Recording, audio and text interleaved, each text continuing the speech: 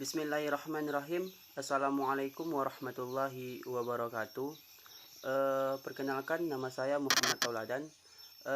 Saya berasal dari Universitas Islam Negeri Sultan Syarif Kasim Riau, jurusan Hukum Tata Negara Siasah semester 6 gitu.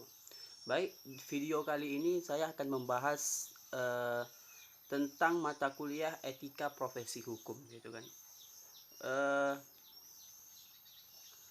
Etika profesi hukum gitu. Sebelum kita membahas profesi hukumnya, alangkah baiknya kita tuh membahas tentang apa itu etika gitu. Sama-sama kita ketahui gitu. Etika berasal dari bahasa Yunani gitu. Ada dua pengertian gitu. Dari ada dua pengertian dari bahasa Yunani itu. Berasal dari kata Yunani, dia dua pengertian, tapi bunyinya sama tetapi pengertiannya beda gitu. Yang pertama gitu, etika itu berasal dari bahasa Yunani ya, dengan pengertian yang pertama yaitu artinya ia adalah etos dari bahasa Yunani, yaitu etos. Etika itu adalah etos yang berarti kebiasaan atau adat istiadat. Sedangkan yang kedua ialah ia juga berbunyi kata etos, tetapi pengertiannya itu beda, yaitu adalah perasaan batin atau kecenderungan batin yang mendorong manusia untuk dalam perilakunya gitu. Sedangkan menurut Kamus Bahasa Indonesia gitu kan, etika itu memiliki tiga arti gitu. Apa itu gitu? Yang pertama, ilmu tentang apa yang baik dan apa yang buruk gitu, tentang hak dan kewajiban moral gitu atau akhlak gitu. Yang kedua ialah kumpulan asas gitu, atau nilai yang berkenaan dengan akhlak gitu. Yang ketiga ialah nilai mengenai benar dan salah yang dianut dalam suatu golongan atau masyarakat gitu. Selanjutnya, nilai-nilai etika harus diletakkan sebagai landasan atau panutan atau dasar pertimbangan dalam setiap langkah manusia gitu, termasuk kegiatan di bidang ilmu pengetahuan gitu. Nilai-nilai yang dimaksud ini ialah kondisi atau kualitas suatu benda gitu, atau suatu kegiatan yang membuat ekstensi serta kepemilikannya atau upaya mengejarnya menjadi sesuatu yang diinginkan oleh individu oleh masyarakat, individu masyarakat itu. Etika ia sebagai refleksi dari apa yang disebutnya dengan self control atau dirinya sendiri, karena segala sesuatu yang dibuat atau diterapkan dari untuk kepentingan kelompok sosial itu sendiri gitu.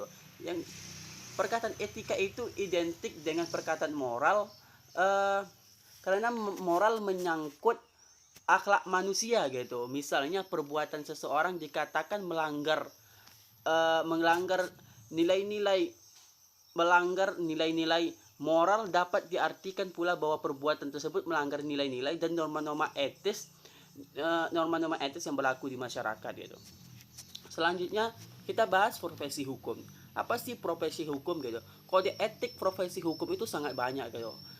Kode etik profesi itu sangat banyak ya, seperti kode etik advokat, kode etik kedokteran, perawat, notaris, dan lain-lain sebagainya. Tidak hanya berlaku pada profesi, tapi untuk lembaga atau instansi pemerintah, baik itu swasta atau negeri, itu memiliki kode etiknya sendiri yang bertujuan untuk melakukan sesuatu yang terbaik atau mencapai tujuan yang terbaik gitu, seperti kode etik rumah sakit, lembaga kejaksaan, kementerian, dan lain-lain sebagainya gitu. Kita bahas di sini notaris gitu, kode etik notaris gitu.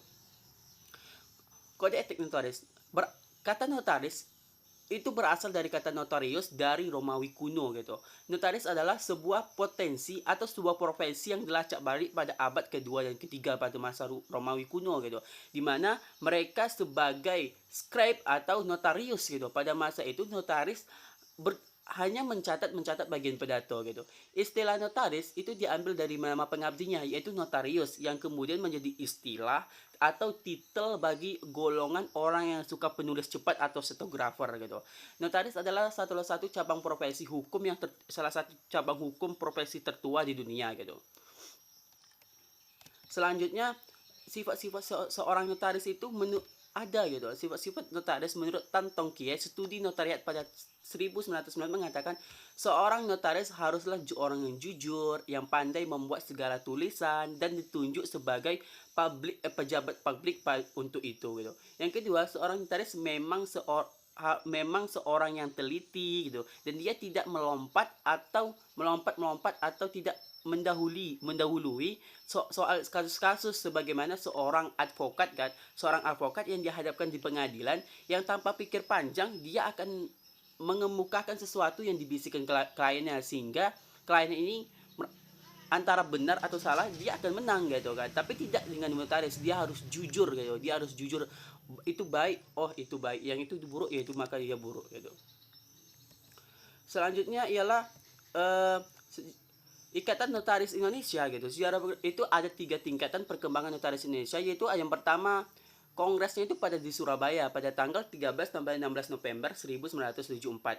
Selanjutnya pada tanggal di Bandung tanggal 27 Januari 2005. Selanjutnya pada kongres luar biasa yaitu pada tanggal 29 sampai 30 Mei tahun 2015 tentang perubahan kode etik yang ada di Indonesia gitu.